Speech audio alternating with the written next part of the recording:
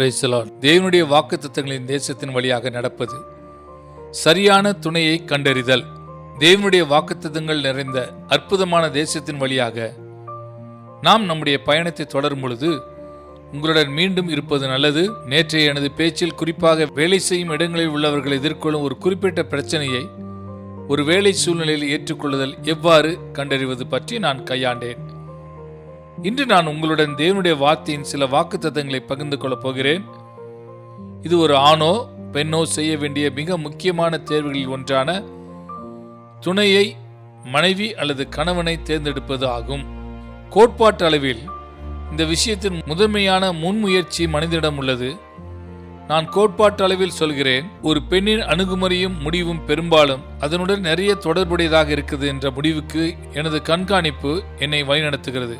ஒரு ஆணை விட்டு ஓடிய பெண் அவள் அவனை பிடிக்கும் வரையில் துரத்தினாள் என்ற கதையை நீங்கள் கேள்விப்பட்டிருக்கலாம். சரி, நான் அதை பற்றி கருத்து சொல்ல போவதில்லை. எப்படி இருந்தாலும் ஒரு ஆணின் பார்வையில் இருந்து நிலைமையை பார்ப்பதன் மூலம் தொடங்குவோம்.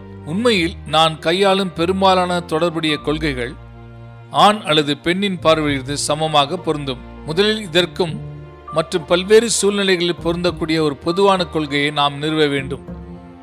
தேவன் வழங்குகிற வழிகாட்டுதலில் 2 வடிவங்கள் உள்ளன. முதலாவதாக பொதுவான வழிகாட்டுதல் என்று நான் அழைப்பேன். இது எல்லா மக்களுக்கும் பொருந்தும். இரண்டாவது தனிப்பட்ட வழிகாட்டுதலாகும். இது ஒரு குறிப்பிட்ட சூழ்நிலையில் ஒரு குறிப்பிட்ட நபருக்கு மட்டுமே பொருந்தும். இப்போது பொதுவான வழிகாட்டுதல் வேதத்திலிருந்து வருகிறது. இது மீண்டும் மீண்டும் வலியுறுத்தப்படுகிறது. ஒரு உதாரணத்தை எடுத்துக்கொள்ளலாம். சங்கீதம் 119 105 வசனம். 105 வசனம், உம்முடைய வசனம் என் கால்களுக்கு தீபமும் என் பாதைக்கு வெளிச்சமுமா இருக்கிறது. எனவே நாம் தேவனின் வழியில் நடக்க விரும்பினால் நாம் நடக்க வேண்டிய வழியை காட்டும் ஒளியின் ஆதாரமானது நாம் சரியான இடத்தில் நாம் கால்களை வைக்கிறோம் என்பதை காட்டுகிறது. மற்ற எல்லா வழிகாட்டுதலையும் தேவனுடைய வார்த்தையில் வைத்து சோதிக்கப்பட வேண்டும். ஜான் வெஸ்லி கூறியது போல், பரிசுத்த வேதாகமத்தை தவிர வேறு எந்த ஒரு நம்பிக்கையோ அல்லது நடைமுறை விதிகளையோ நான் அங்கீகரிக்கவில்லை. பரிசுத்த வேதாகமத்துக்கு நிகரான அதிகாரம் கொண்ட வேறு எந்த நம்பிக்கையோ அல்லது நடைமுறை விதியோ இல்லை. வேதத்தின் வெளிச்சத்தில் நாம் நடக்க வேண்டும். அதுவே தேவனின் மக்கள் அனைவருக்கும் தேவனுடைய வழிகாட்டுதலின் முதன்மையான ஆதாரமாகும். பொது வழிகாட்டுதலாகிய வேதத்தின் வழிகாட்டுதலுக்கு நாம் கீழ்ப்படிந்தால் மட்டுமே தனிப்பட்ட வழிகாட்டுதலை எதிர்பார்க்க உரிமை நமக்கு இருக்கிறது. மீண்டும் திருமணம் தொடர்பாக நாம் இங்கே வலியுறுத்த வேண்டிய மற்றொரு கொள்கை உள்ளது. அதுதான் தேவனுடைய வார்த்தையிலிருந்து ஒரு கொள்கையான பொதுவான வழிகாட்டுதலின் கொள்கையாகும். அது இதுதான்: ஒரு விசுவாசியை அவிசுவாசியை மணந்து கொள்வது தவறு. நான் அதை மீண்டும் சொல்ல வேண்டும் என்று நான் நினைக்கிறேன். ஏனென்றால் தேவனுடைய மக்களில் சிலர் இந்த கொள்கையை புரிந்து கொள்வதை பற்றி மிகவும் தெளிவற்று இருப்பதாக நான் நினைக்கின்றேன். ஒரு விசுவாசியை அவிசுவாசியை மணந்து கொள்வது தவறானது. இது 2 கொரிந்தியர் 6 அதிகாரம் 14, 15, 16 வசனத்திலே மிக தெளிவாக கூறப்பட்டுள்ளது. பவுல் சொல்கிறார், 14 வசனம், அந்நிய நுகத்திலே அவிசுவாசிகளுடன் பிணைக்கப்படாதிருப்பீர்களாக. நிச்சயமாக அவர் இதை விசுவாசிகளுக்கு எழுதுகிறார். மேலும் நுகத்தின் முதல் வடிவம் திருமணமாகும். வேதத்தில் திருமணம் பொதுவாக ஒரு நுகம் என்று குறிப்பிடப்படுகிறது. நீதிக்கும் அநீதிக்கும் சம்மதமேது, ஒளிக்கும் இருளுக்கும் ஐக்கியமேது, கிறிஸ்துவுக்கும் பேலியாளுக்கும் இசைவேது, அவிசுவாசியுடனே விசுவாசிக்கு பங்கேது, தேவனுடைய ஆலயத்துக்கும் விக்கிரங்களுக்கும் சம்மதமேது, நான் அவர்களுக்குள்ளே வாசம் பண்ணி அவர்களுக்குள்ளே உலாவி அவர்கள் தேவனாய் இருப்பேன், அவர்கள் என் ஜனமாய் இருப்பார்கள் என்று தேவன் சொன்னபடி நீங்கள் ஜீவனுள்ள தேவனுடைய ஆலயமாய் இருக்கிறீர்களே. தேவன் கூறியது போல நான் அவர்களுக்குள்ளே வாசம் பண்ணி அவர்களுக்குள்ளே உலாவி அவர்கள் தேவனாய் இருப்பேன், அவர்கள் என் ஜனமாய் இருப்பார்கள்.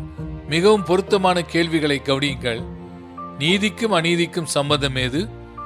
ஒளிக்கும் இருளுக்கும் ஐக்கியம் ஏது? மற்றும் பல வேறு வார்த்தைகள் கூறுவதானால் விசுவாசிகள் ஒளியாக இருக்கிறார்கள். மேலும் ஒளியானது அவிசுவாசத்தின் இருளுடன் ஐக்கியம் கொள்ள முடியாது. இப்போது நீங்கள் திருமணமாகாதவராக இருந்தால் விசுவாசியாக இல்லாத ஒரு வாழ்க்கை துணையை தேட உங்களுக்கு எந்த உரிமையும் இல்லை.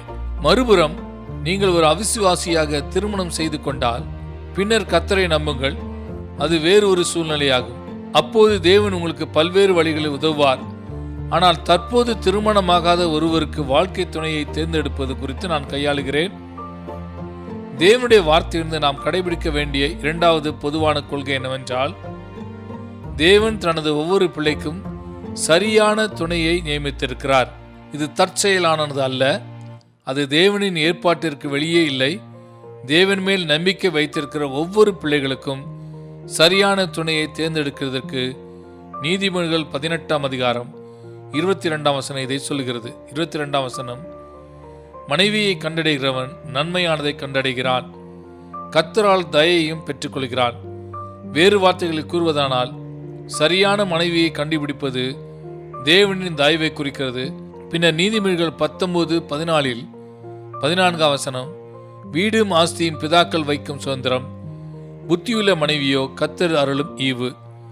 எனவே நமக்கு ஒரு புத்தியுள்ள மனைவி அமைய வேண்டுமானால் அந்த புத்தியுள்ள மனைவிக்காக நாம் தேவனை தேட வேண்டும். இந்த நேரத்தில் நான் இந்த அறிக்கைகளுக்கு இரட்டை ஆமேன் என்று சொல்ல முடியும். 2 முறை திருமணம் செய்து கொண்ட என் வாழ்க்கையில் நிறைய இருக்கிறது. ஒவ்வொரு சந்தர்ப்பத்திலும் சரியான மனைவி எனக்கு நிச்சயமாக வழிநடத்தியவர் தேவன்தான். ஒவ்வொரு சந்தர்ப்பத்திலும் கர்த்தர் எனக்கு ஒரு புத்தியுள்ள மனைவியை அளித்துள்ளார். அதற்காக நான் அவருக்கு அதிகமாக நன்றி சொல்லாமல் இருக்க முடியாது. எனவே நான் இந்த வகையில் பேசும்போது நான் தனிப்பட்ட அனுபவத்திலிருந்து பேசுகிறேன் என்பதை நீங்கள் புரிந்து கொள்ள வேண்டும். இயேசு ஒப்புக்கொண்டதும் அவர் தம் சீஷர்களுக்கு அமைத்துள்ள அந்த திருமண தரத்தை இப்போது நாம் பார்க்க போகிறோம். இது மத்தேயு 19ஆம் அதிகாரம் 3-6 வசனம் வரைக்கும் மிக தெளிவாக கூறப்பட்டுள்ளது. திருமணம் மற்றும் விவாகரத்து பற்றிய கேள்வியை குறித்து இயேசு கிறிஸ்துவுக்கும் அவரிடம் வந்த சில பரிசேயர்களுக்கும் இடையே நடந்த உரையாடலை இது பதிவு செய்கிறது. 3ஆம் வசனம், அப்பொழுது பரிசேயர் அவரை சோதிக்க வேண்டும் என்று அவரிடத்தில் வந்து, புருஷனானவன் தன் மனைவியை எந்த முகாந்திரத்தினாலாகிலும் தள்ளிவிடுவது நியாயமா என்று கேட்டார்கள். அவர்களுக்கு அவர் பிரதியுத்தரமாக, ஆதியிலே மனுஷரை உண்டாக்கினவர் அவர்களை ஆணும் பெண்ணுமாக உண்டாக்கினார் என்பதையும், இது நிமித்தம் புருஷனானவன் தன் தகப்பனையும் தாயையும் விட்டு தன் மனைவியோடு சேர்ந்திருப்பான், அவர்கள் இருவரும் ஒரே மாம்சமாயிருப்பார்கள் என்று அவர் சொன்னதையும் நீங்கள் வாசிக்கவில்லையா? இப்படி இருக்கிறபடினாலே அவர்கள் இருவராயிராமல் ஒரே மாம்சமாயிருக்கிறார்கள். ஆகையால் தேவன் இணைத்ததை மனிதன் பிரிக்காதிருக்க கடவன் என்றார். நான் இங்கே வெளிப்படுத்த விரும்பும் விஷயம் என்னவென்றால், இயேசு கிறிஸ்துவிடம் திருமணத்தை பற்றி கேள்விப்பட்டபோது அவர் வாழ்ந்த காலத்தின் மரபுகளை அல்லது விதிகளை அவர் ஏற்றுக்கொள்ளவில்லை.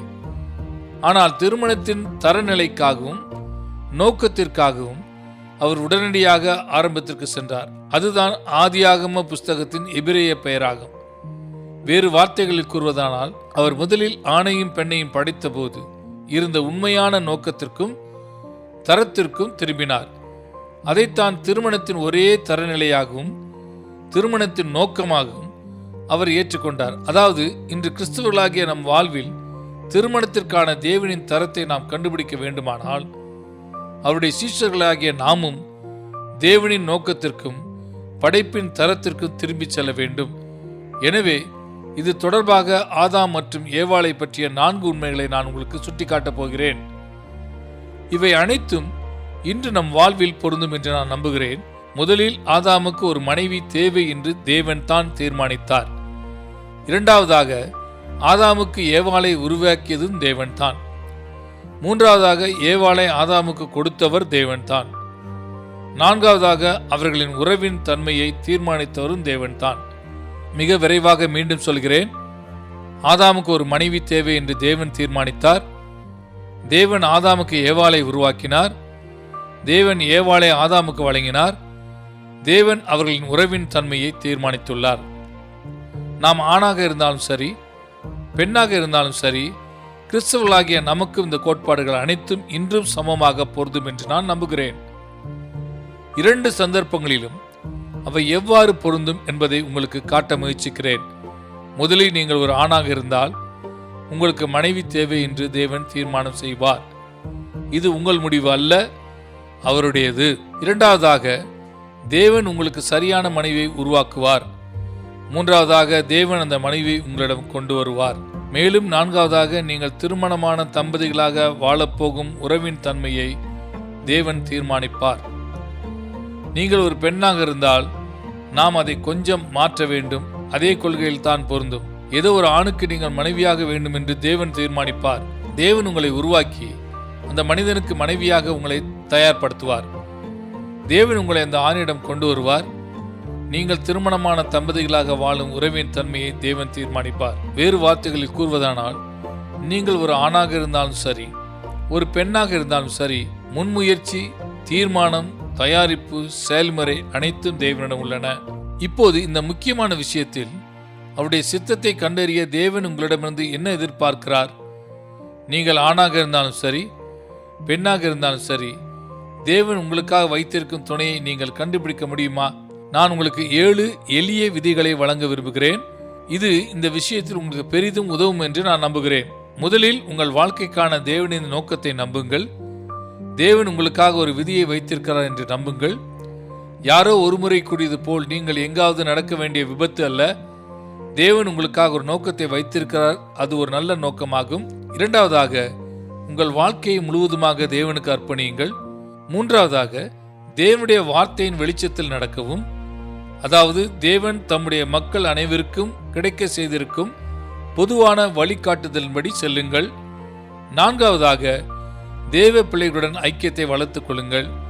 ஏனென்றால் ஒருவேளை நீங்கள் ஐக்கியம் கொண்டுள்ள மக்களிடத்திலிருந்து நீங்கள் திருமணம் செய்ய போகிறவரை தேவன் தேர்ந்தெடுக்கலாம். நீங்கள் அவிசுவாசிகளுடன் ஐக்கியம் கொண்டால் நீங்கள் ஒரு அவிசுவாசியை திருமணம் செய்து கொள்வீர்கள். ஐந்தாவதாக, தேவனுடைய பிள்ளையாக உங்கள் மதிப்பை உணருங்கள். உங்களை மலிவாக மாற்றிக்கொள்ளாதீர்கள். உங்கள் வாழ்க்கையின் இந்த முக்கியமான விஷயத்தில் இரண்டாவது சிறந்ததை ஏற்றுக்கொள்ளாதீர்கள். பல கிறிஸ்தவர்களின் பிரச்சனை என்னவென்றால், அவர்கள் தங்களை தேவனுடைய பிள்ளைகளாக மதிக்கவில்லை. மேலும் அவர்கள் தேவன் தரும் சிறந்தவற்றிற்கு பதிலாக சில மோசமான மாற்றுக்களை ஏற்றுக்கொள்கிறார்கள். ஆறாவதாக, காத்திருக்க தயாராக இருங்கள். காத்திருப்பு என்பது விசுவாசத்தின் ஒரு சான்றாக இருக்கிறது. மேலும் அதை காண்பிக்க தேவன் பெரும்பாலும் எதிர்பார்க்கிறார். ஏழாவதாக, பரிசுத்த ஆவியானவரை உணருங்கள். அவர் உங்கள் வழியை தேர்ந்தெடுக்க உங்களை வழிநடத்தட்டும். நான் எனது செய்தியை முடிக்கும்போது தேவன் உங்களை வழிநடத்தவும், உங்கள் வாழ்க்கையின் இந்த மிக முக்கியமான தீர்மானத்தில் அவருடைய வழியை கொண்டிருக்கவும் கவனித்துக் கொண்டிருக்கிற உங்கள் ஒவ்வொருவருக்காகவும் மனப்பூர்வமாக ஜெபிக்கிறேன். இன்றைக்கு நமது நேரம் முடிந்துவிட்டது. நாளை இந்த நேரத்தில் உங்களுடன் மீண்டும் வருவேன். நாளை நான் குடும்ப வாழ்க்கையுடன் தொடர்புடைய மற்றொரு சூழ்நிலைக்காக பிரச்சனையுள்ள குழந்தைகளை எப்படி கையாள்வது என்பது குறித்து பேசுவேன்.